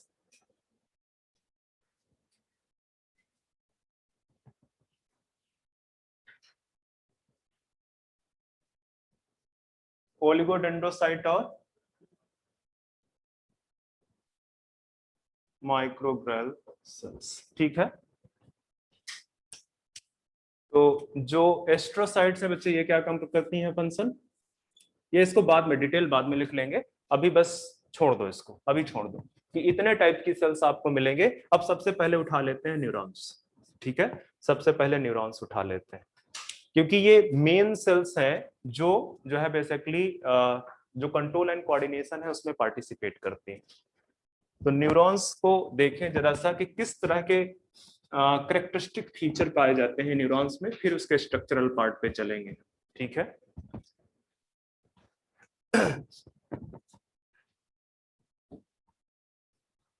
characteristic of neurons. तो न्यूरॉन्स में बच्चे क्या क्या पाया जाता है, कौन कौन सी कैरेक्टरिस्टिक्स पाई जाती है?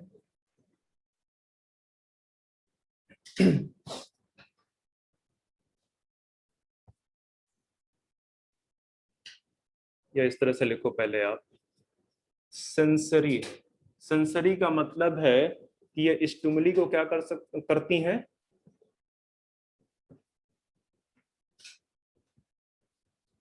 ठीक है, receive stimuli.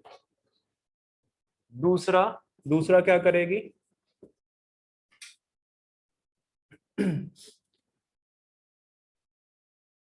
Sensory transmit,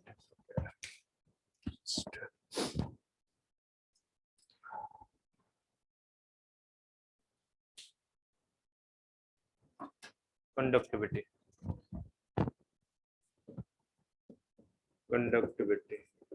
basically transmit, ये जो स्टिमुली है उसको क्या करेगी? ट्रांसमिट करेगी, उसी को कहते हैं कंडक्टिविटी।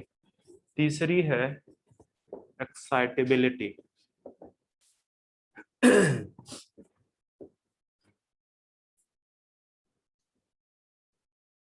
प्रिपेयर रिस्पॉन्स, ठीक है, रिस्पॉन्स। और तीनों को मिला के बच्चे क्या बोलते हैं? ये जो सेंसरी नेचर है उसका जो कंडक्टिविटी है, उसकी जो एक्साइटेबिलिटी है, इन्हीं तीनों को क्या बोलते हैं?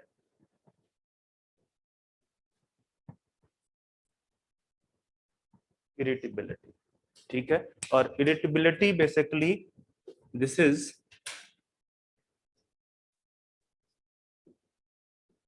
डिफाइनिंग कैरेक्टरिस्टिक ऑफ, किसकी डिफाइनिंग कैरेक्टरिस्टिक है? लिविंग बीइंग, लिविंग ऑर्गेनिजम्स की डिफाइनिंग कैरेक्टरिस्टिक। तो आपसे अगर कभी बोलता है कि व्हाट इज इरिटेबिलिटी, तो आप क्या बोलोगे? इसमें क्या क्या होगा? सेंसिटिविटी, कंडक्टिविटी और एक्साइटेबिलिटी।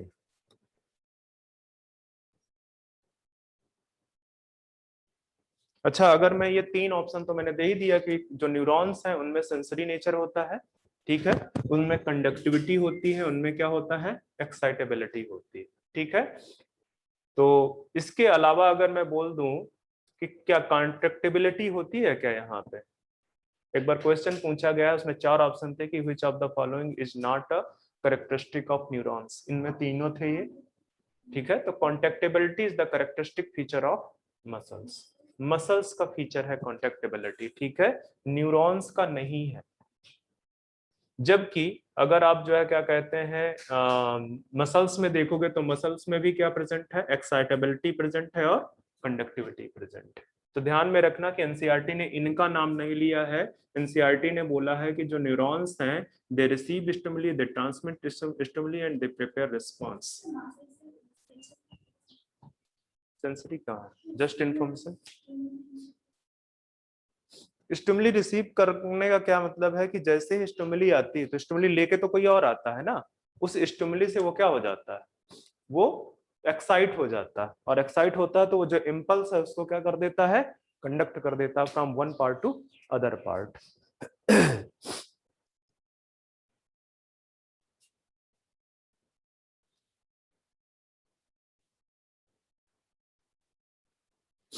चलो आगे बढ़ते हैं।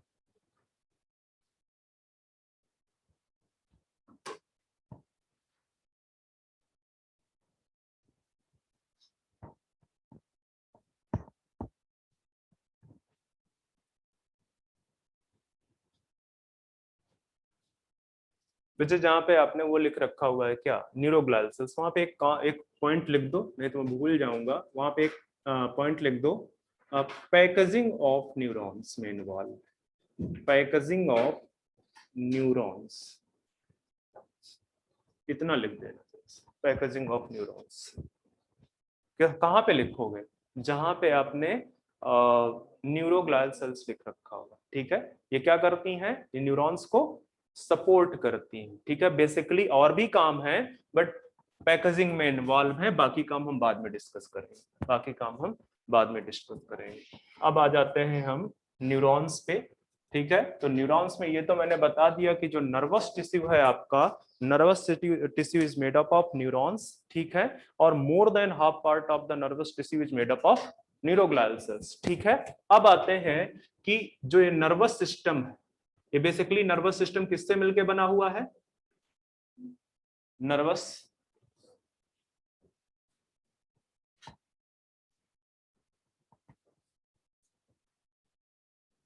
ठीक है, नर्वस टिश्यू से मिलके बना हुआ। न्यूरॉन्स को मैं थोड़ा आगे बताऊंगा, थोड़ा ये चीज डिस्कस कर देता हूँ, फिर न्यूरॉन्स का स्ट्रक्चर डिस्कस करूंगा मैं, कि जो नर्वस सिस्टम है आपका, नर्वस सिस्टम आपका किससे बना हुआ है, नर्वस टिश्यू से बना हुआ।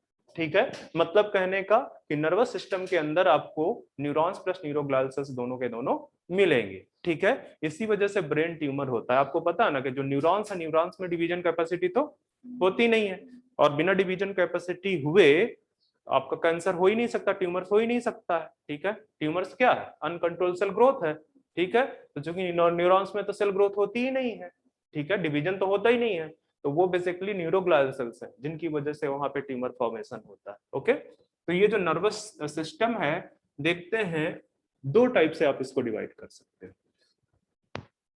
एक नर्वस सिस्टम आपका है सेंट्रल नर्वस सिस्टम, जिसको शार्ट में बोलते हो सीएनएस, और दूसरा है आपका पेरिफेरल नर्वस सिस्टम। मैं शार्ट में लिख रहा हूं नर्वस सिस्टम को, पेरिफेरल नर्वस सिस्टम। अच्छा, ये जो सेंट्रल नर्वस सिस्टम है, इसके दो पार्ट, एक है आपका जो हेड, जो बेसिकली ब्रेन बनाता है, ब्रेन, और दूसरा है स्पाइनल कॉर्ड,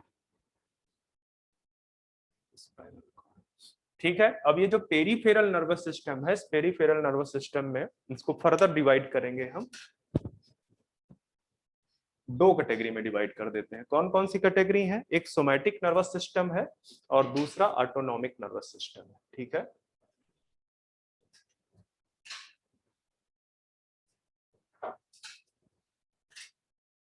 देखो ये नाम से ही पता चल रहा होगा इसका कि जो सोमैटिक नर्वस सिस्टम है, यहाँ पे कौन सी सेल्स प्रेजेंट होंगी, स्केलेटल्स। ठीक है, मसल्स प्रेजेंट होंगी बेसिकली, और इसके बाद दूसरा है autonomous nervous system.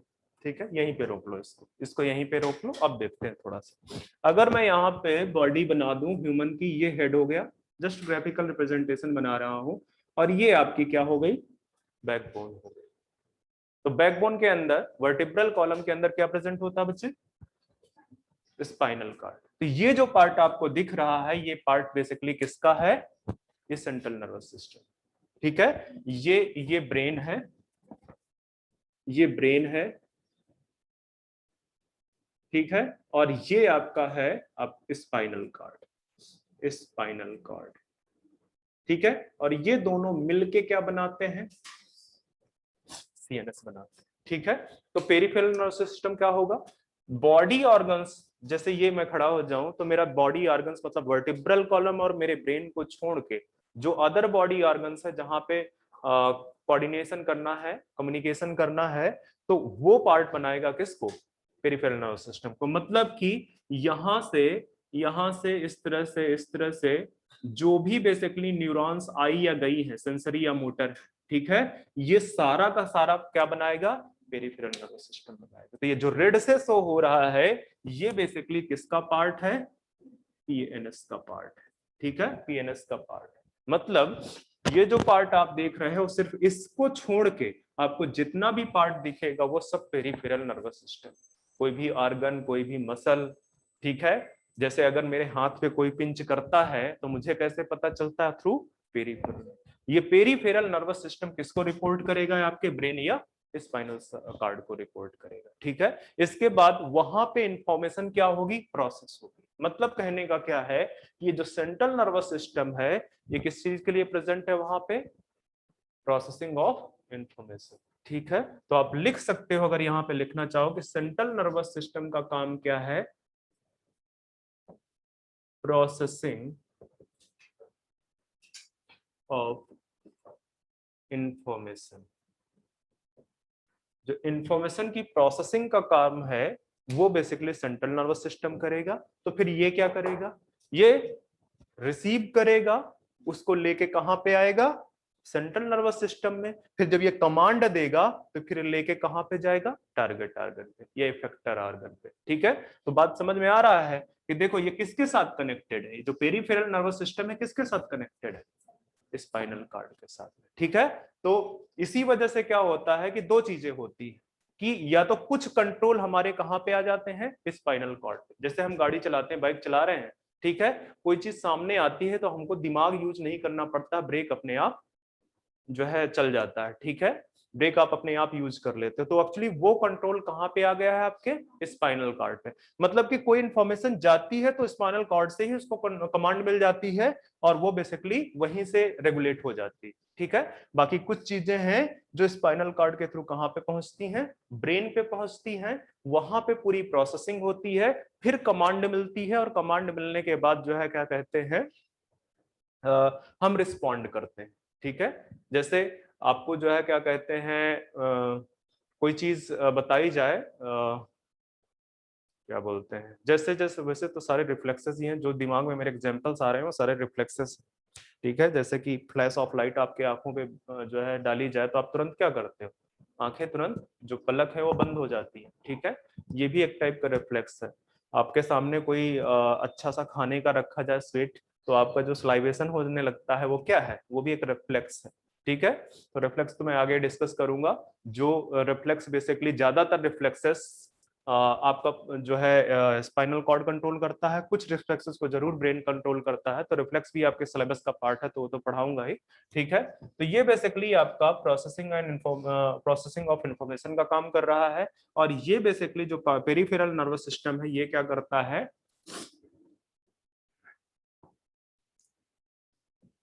Receive and इस तरह से लिखो, receive stimuli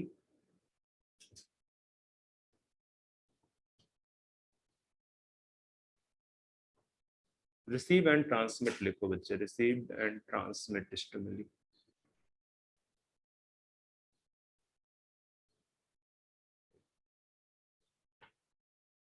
as well as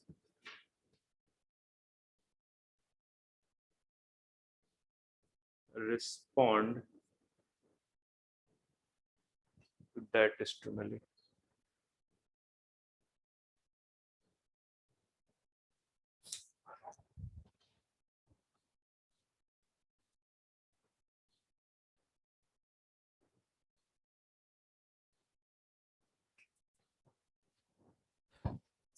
चलो आगे बढ़ते हैं। सोमैटिक नर्वस सिस्टम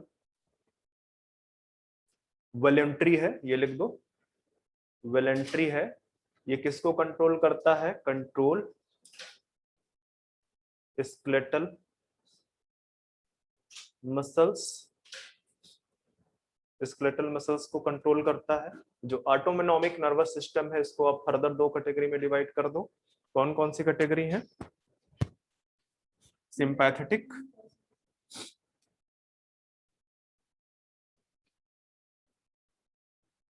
और सिंपैथेटिक नर्वस सिस्टम और पैरा सिंपैथेटिक नर्वस सिस्टम, ठीक है। तो इनको मैं बाद में डिस्कस करूंगा पूरा तरह से डिटेल में, ज्यादा डिटेल में है ही नहीं, थोड़ा थोड़ा है, सिंपैथेटिक एंड पैरासिम्पैथेटिक। अभी अगर मैं बता दूं, मैंने शायद पिछले दिन भी बताया था जब हार्ट के रेगुलेशन की बात कर रहा था, कि इमरजेंसी सिचुएशन में आपका कौन काम करता है, सिंपैथेटिक, और उस इमरजेंसी सिचुएशन से वापस नॉर्मल लाने में कौन काम करता है, पैरासिम्पैथेटिक। मतलब कि आपके सामने जो अगर अच्छा सा खाना लाया जाए, तो जो स्लाइवेशन का इंक्रीज होना है वो कौन सा फंक्शन हुआ, किसका फंक्शन हुआ, सिंपैथेटिक का, ठीक है। फिर उसको बैक टू नॉर्मल लाने का किसका फंक्शन हुआ, पैरासिम्पैथेटिक का।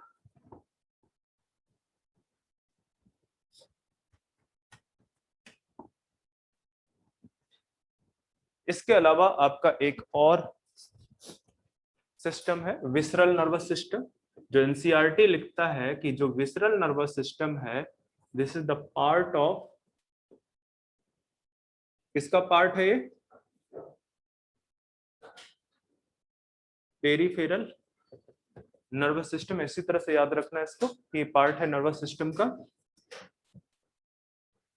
कहाँ पे कंट्रोल करता है, इसका अपना पूरा है, इसके पास अपने सेंसरी न्यूरॉन्स भी हैं, अपने मोटर न्यूरॉन्स हैं। क्यों, क्योंकि इसका किसका पार्ट है, ये पेरिफेरल पार्ट। तो सेंसरी और मोटर न्यूरॉन्स किसके पार्ट है, आपके पेरिफेरल नर्वस सिस्टम के पार्ट, ठीक है। तो ये रेगुलेट किसको करता है बच्चे,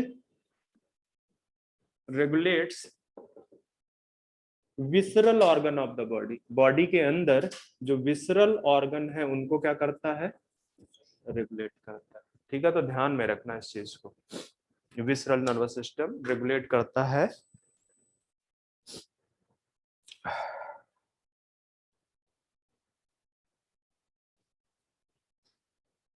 चलो वापस से आ जाते हैं हम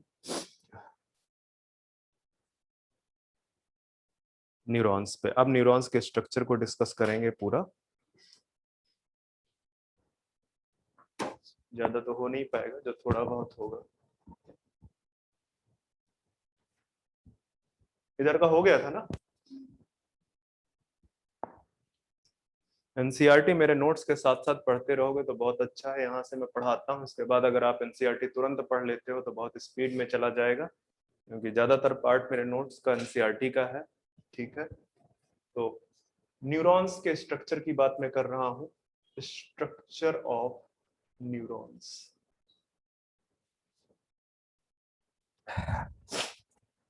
याद रखना, ये जो स्ट्रक्चर मैं न्यूरॉन का पढ़ाने जा रहा हूँ,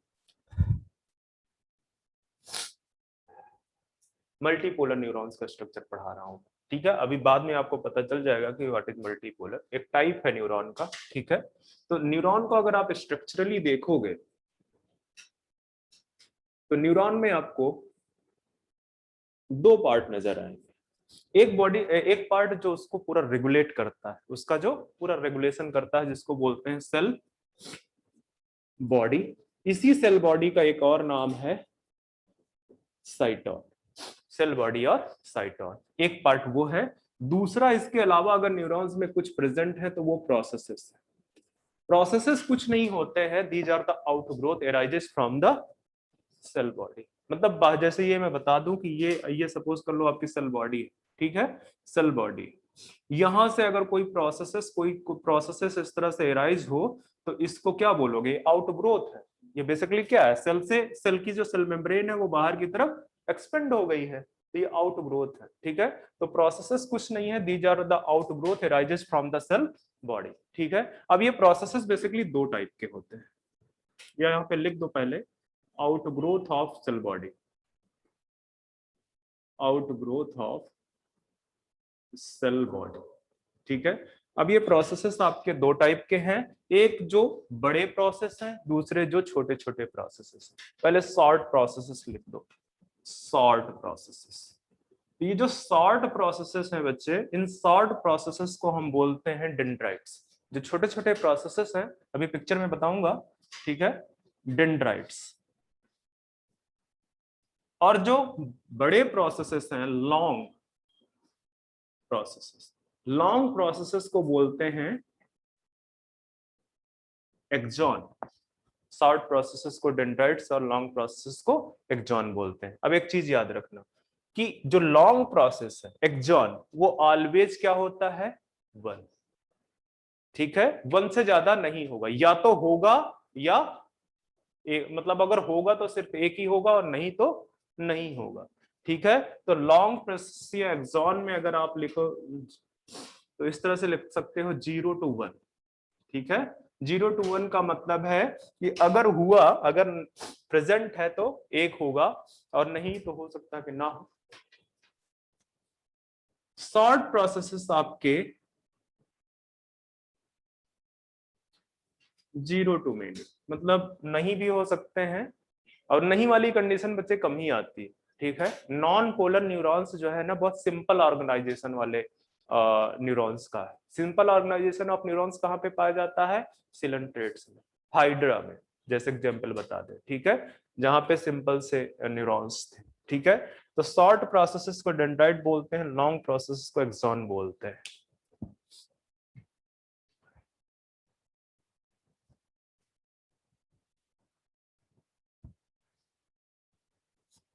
फर्स्ट टाइम है, पिक्चर बनाऊंगा तो मुझे दोबारा बनाना पड़ेगा। चलो बना देता हूँ, कुछ चीज लिखा देता हूँ, अभी बनाना मत आप।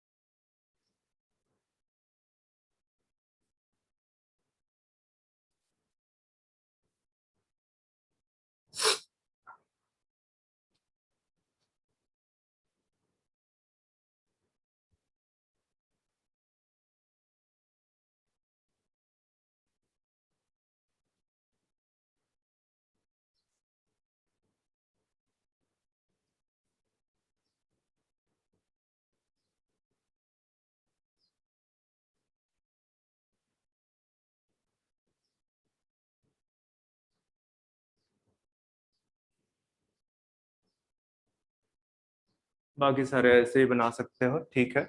इसमें से ये जो स्फेरिकल स्ट्रक्चर नजर आ रहा है इसी को बोलते हैं सेल बॉडी। इस सेल बॉडी के अंदर इसका न्यूक्लियस अपना प्रेजेंट होगा, ठीक है, न्यूक्लियस प्रेजेंट होगा। और ये जो छोटे छोटे प्रोसेस नजर आ रहे हैं ये डेंड्राइट्स हैं। ये जो बड़ा सा प्रोसेस नजर आ रहा है ये एक्सॉन है। एक्सॉन का जो टर्मिनल एंड है वो ब्रांच्ड है, ठीक है। तो ब्रांचिंग ऑफ एक्सॉन को बच्चे क्या बोलते हैं?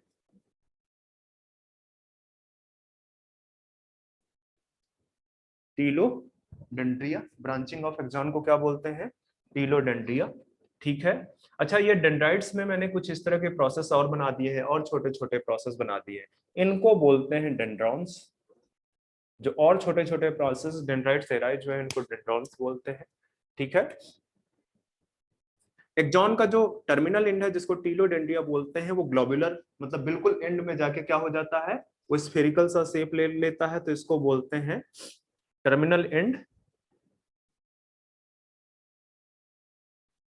बल्ब, ठीक है। इन टर्मिनल एंड बल्ब के अंदर क्या भरा होता है? अच्छा, इसका एक और नाम है सिनेप्टिक नॉब। केएनओबी है, क्या है केएनओबी? सही है, सिनेप्टिक नॉब, ठीक है। अब इन सिनेप्टिक नॉब के अंदर कुछ वेसिकल्स भरी हुई हैं, वेसिकल्स के अंदर जो है न्यूरो ट्रांसमीटर भरा हुआ। तो ये जो आपको रेड से शो हो रही है ये सिनेप्टिक वेसिकल है, सिनेप्टिक वेसिकल्स है। और सिनेप्टिकल वेसिकल्स के अंदर आपका क्या भरा हुआ है? Contain neuro transmitter. ये बहुत इंपॉर्टेंट है, ध्यान में रखना। सिनेप्टिकल वेसिकल के अंदर न्यूरो ट्रांसमीटर भरा हुआ है, ठीक है। यही सारे के सारे चीज में ऐसे ही है। अच्छा, ये जो एक्सॉन है, ये एक्सॉन जहां से एराइज होता है, जंक्शन ऑफ, या बोल सकते हो कि साइटोन का वो पार्ट जहां से एक्सॉन एराइज होता है, ये वाला, इसको बोलते हैं एक्सॉन हिलॉक। और सबसे ज्यादा जो है क्या कहते हैं कंडक्टिव पार्ट, या जो है आप ये बोल सकते हो कि जो सबसे ज्यादा तेजी से एक्साइट होता है वो ये एक्सॉन हिलॉक ही है। क्यों? क्योंकि यहाँ पे बहुत ढेर सारे चैनल्स प्रेजेंट हैं, ठीक है, सोडियम पोटेशियम ट्रांसपोर्ट के लिए। इस एक्सॉन में ये जो लंबा वाला प्रोसेस है, लॉन्ग वाला प्रोसेस है जिसको आप एक्सॉन बोल रहे हो, ये इंफॉर्मेशन को कहां से कहां ले जाता है? From cyton to the target organ, ठीक है। या लिख सकते हो कैरी इंफॉर्मेशन अवे फ्रॉम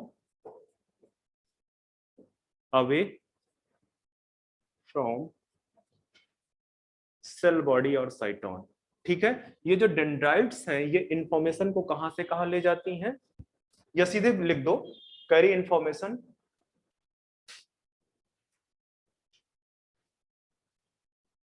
मत लिखो बेटा, स्टिमुली लिखो, स्टिमुली टुवर्ड्स सेल बॉडी की तरफ लेके आती, ठीक है। मतलब कि इनमें अगर वो बनाना हो पिक्चर तो इस तरह से बनाओगे, मतलब रिप्रेजेंटेशन, और यहाँ पे बनाना हो तो इस तरह से बनाओगे, ठीक है। ये बाहर की तरफ ले जाता है। ये जो टर्मिनल आपको दिख रहा है, ये टर्मिनल कह रहा हूँ, एक्सॉन जो दिख रहा है, एक्सॉन में कुछ सेल्स प्रेजेंट होती है, ठीक है, जिनको बोलते हैं एक्सॉन को चारों तरफ, जैसे जैसे एक पेपर ले लो आप, और पेपर को आप फोल्ड करने लगो, रैप करो, ठीक है। तो उसके रैपिंग में आपको बीच में जो स्पेस नजर आएगा, मेरे पास कोई पेपर है नहीं, ये मान लो, ठीक है। ये जैसे ये सपोज कर लो आपका एक्सॉन है, और ये क्या है? Schwann cell. तो स्वान सेल इस तरह से रैप कर जाएगी, इस तरह से, ठीक है। और रैप करने में वो जो बीच में स्पेस आएगा ना, उसमें एक लिपिड सिक्रीट करेगी जिसको क्या बोलते हैं? स्फिंगोमाइलिन, ठीक है। तो स्वान सेल का रैपिंग का पैटर्न आपको मैंने बता दिया किस तरह से रैपिंग करता है। मतलब अगर ये मैं बता दूं कि ये जो है आपका क्या है? एक्सॉन है, तो एक्सॉन में जो रैपिंग होगी इस तरह से होगी, इस तरह से, ठीक है, इस तरह से। ये जो बीच में स्पेस है यहाँ पे क्या सिक्रीट होगा? माइलिन शीथ सिक्रीट होगा।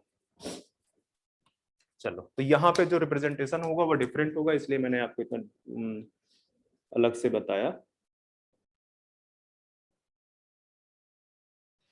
ये जो भी मैं बना रहा हूं ये आपके क्या है, स्वान सेल्स है। और इन्होंने रिलीज कर रखा है क्या,